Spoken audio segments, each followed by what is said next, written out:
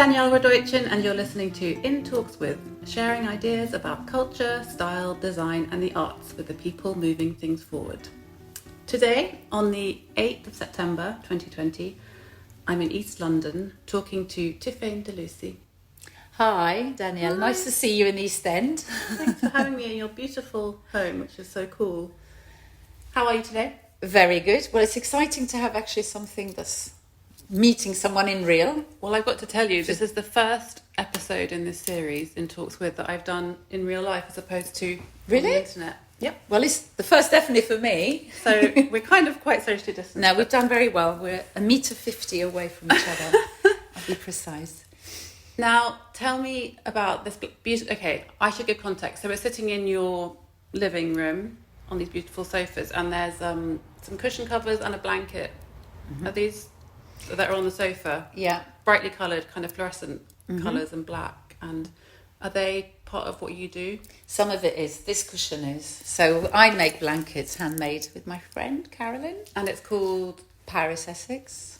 I'm the Paris part of it, obviously, because I'm from Paris. And Carolyn Kluwer, my other half in work, is from Essex. So that's what we are. And the whole concept is that combination of us as quite different backgrounds into a kind of artistic endeavour together that's been going on for 30 years since the Royal College. Terrifying, but that's the way it is. So you've had several different businesses. Yes. Including a children's clothing line. Yeah, and a knitwear brand. But everything always was a fun project and we enjoyed it. As soon as it's not so much fun, we seem to change and move on to something else. It's one moment where we just thought, you know what, why don't we just do something where we were not trying to do it for anyone. It was just us going, do you know what, it's difficult to make money from what we do. Why don't we go back to what we think together we know so well? So obviously we both knitwear people, knitting, and we thought, let's just get on with it without needing production people, without including other people, just us. So we ended up being not necessarily what we wanted, but it was hand knitting, which is not necessarily our first love, but it meant we didn't have to deal with anything. So Carolyn works on the knitting machine more and I do the crocheting. And we started playing with the idea of knitting like scale, and also the idea of somebody that's quite a female environment, but turning it into a bit of a, I don't know, modern idea of it, kind of a bit subversive of the knitting and the crochet world. Yeah, that's what I was going to say, because the aesthetic is sort of quite cool. Actually, the aesthetic to me really reminds me of your style, and it is like bringing... Knitting can have this slightly chintzy image. Exactly, yeah. But you've made it sort of quite... It's a bit rock and roll. It's a bit mad, yeah. A bit mad. To be really honest, though, sometimes we look and we go, this idea become that? Like, because we literally pass on to each other bits of knitting, bits of ideas, and then we gather them together. A bit like, you know, Exquisite Corpses? You know that game you do with your kids? No. You know when you do it, I do a head... and I hide it, and then you do, yeah. Except that we know I didn't know it was called Exquisite Yeah, Corpses. but we cheat because we do know what the other one's doing. Right, but it means we do pass on, so we might affect each other's... Whatever's the other one's done might be changed by the other one. So it's a constant dialogue, it's a constant game. It's a game, a lot of it. We're quite playful. If it gets boring, it's not what we want to do. But also knitting is, in today's cultural climate with things, you know, thinking about environmental issues around fashion and lifestyle objects. I mean, handmade items are highly covetable again, as opposed to the sort of mass-produced, wasteful way of working. Is that something? No, it's very important, because when we finished Royal College, it was all about, you know, selling big quantity. Everything had to look like it'd been made in a factory. So even if you made things by hand, you had to make it look like it was for that. And then suddenly but that was never what we were about the Royal College. So we were always a bit off. So finally, we feel like maybe like after all these years, we hit a moment where people understand that you can make things, that it's more about the process. It's not necessarily about the finish and the kind of luxury perfection. And I think we hit a time where I think we're not necessarily desperate to be crafty, but we're desperate to make things that mean something to us, or that we've had fun doing. And all the processes in production are so ridiculous. Like even when we had a knitwear brand, we never managed to do any production abroad. We just didn't like the idea of this waste of, ordering 100 of something, knowing you'd sell only 20. So we were always having a problem with that anyway. So do you create to order? We can if people ask, but generally we make things and then sell them, hopefully. What sort of people buy them? I think people that kind of quite quirky and appreciate that it's made. They get it. They understand that it's knitted. It's made by us. They are usually, I think, playful people, and it's kind of on the verge. It's kind of on the verge of art, but not art. I wouldn't like to be seen as in the art world, but it's kind of a one-off piece. You want something special that somebody's made, and you enjoy the madness of it, I suppose. And I think it really is a reflection of your personal style. And I hate those sort of questions that are like, how did you arrive at your style? Whatever. That's just so predictable. But you do have amazing taste. I'm just going to say it. Well, you thank do. you. Oh, you made my day. It's very distinctive. It's thank very you. Cool. You can have another coffee now for that one. What do you, at the moment, in this, what's your style all about? Are there references? Are there things that you always look at? Have you always had this? No, me and Karen have always had things that we definitely look at. And there's things they're kind of things that quite kind of like always faces, the way you can make faces from anything, cartoons, the 70s, all the kind of psychedelic graphics.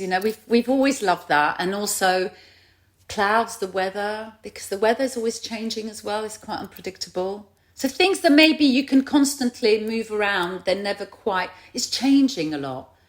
It's never sitting with an idea and repeating it. It's going to go, oh, I've done this idea, then we move along. So it's also trying out, doing things that are not good, unraveling. With our work, it means unraveling a lot. But in the world, it's just doing something. You wear something, it looks a bit stupid, and you go home, you go, well, that wasn't a good idea. But you've enjoyed it. Do you ever feel like that? Yeah. You just think, oh, that was great, but I just thought it was a nice idea, Yeah. Have you ever done that as a kid? I've got really, because when I was a kid, I managed to convince my mum we had no money, but I somehow managed to get, bit by bit, apple green things all separate. So it didn't look like I was buying. And then one day, apple green outfit, clothes. So one day I gathered everything. So I got my apple green Mac, my apple green tights, my little kilt that had apple green, my polo neck, nylon polo neck. And I went out and I was so pleased with myself. It was bonkers. And when I went down the road, I realised that it was just too much. But I'd done it and it was really fun. But I didn't do it again, that one. Apple green is quite a specific Well, it colour. was in my era. It was quite cool, apple green. Oh, really? I'm really quite old. You don't look old. You look incredible. No, but it's quite funny. Yes, anyways, that mood, just go for it and you see what happens. That's your philosophy. What about your name is, I think, the coolest name I've ever heard. No, it's a bit of an old-fashioned. What does it mean? Paris, Essex. Tiphaine de Lussy. Oh, Tiphaine de Lussy. It's my dad's surname. My mum is English, and when she was in France, when she was pregnant, she heard a lady who was called Tiphaine. So my surname is a bit poncy. It's a posh name. It sounds like a sort of aristocratic Yeah, it's name, a posh name. It's a poncy name. And then my mum heard this name Tiphaine, and it was unheard of then. There are a few now. So it's not a traditional French name? No, not at all. It's really weird. And all my childhood, people called me Stephanie because they just didn't get it. And I was a kid that wanted to fit in, so I kind of hated my name. And I wanted to be called Carolyn. Actually, coincidentally, like Carolyn, who I work with. Anyway, my name is weird in France. Not now. People get it because there's been a little spike of that name. And I think there's a singer called Tiphaine. But really, when I was on my own all my life, I had no concept there could be anyone else having my name. So, no, it's weird. It's Breton. Is that where you grew up? No, it's my mum found the name. She heard this woman. No, it's the wife of Du Guesclin. There's a knight who fought the English. He was a ruthless, horrible man, but he was a very powerful knight. And his wife, who lived in the Mont Saint-Michel, was called Tiphaine, and she was meant to be very sophisticated compared to him. There you go. Do you like it? It's really poncy. I have a poncy name in French. I mean, as a kid, I wouldn't. And you don't want to know my middle name. Tell me. What is it? I don't care. I think it's so. Everybody laughed at my wedding, and at school, if it ever popped up, it would be a nightmare because it makes my name even worse. And my middle name's Marie Antoinette. Is it? Yeah. So hang on. So you're Tiphaine Marie Antoinette de Lussy. Michel de Lussy. Wow. But you have to live up to it. It's good You because have to live up to it. no, So you're I just was a really real decadent. little thinking I was a little communist socialist little kid as a teenager, and imagine this name. You're dragging it along like a. I'm not surprised. I know. Imagine at your wedding. People... And people laugh because people thought they'd misheard it. They thought it was a joke, and it was like, and I just find it really funny. But as a child, it was cringy. Anyway, there you go, my name. I thought you were going to ask about Paris, Essex. That already no, you answered told that. me about Paris, Exactly. Essex. And also, we were just talking about Britta Schmidt. So I met Britta through socialising, I suppose, through my husband giving a piece of work to the charity. And I was quite blown away by Britta's enthusiasm and passion for the women's community and how we could, once we get together, we can do so much very powerful thing. Am I right? And it supports women from war-torn countries. Yes, and how they rebuild. They are the key to rebuilding a community and a country, and how instead of giving stuff and being a bit patronising like that, it's more about giving the tools and working out what can make them rebuild a community after a war. So business skills. Importantly, I think also learning your rights. And basically they go on courses that are very practical like that. And these women manage to build up communities that are self-contained again, can function again, make money. And they then start teaching women around their communities. And then suddenly Women for Women is sometimes not even needed anymore because they can do it themselves. And I like that. It's empowerment, basically. And it works.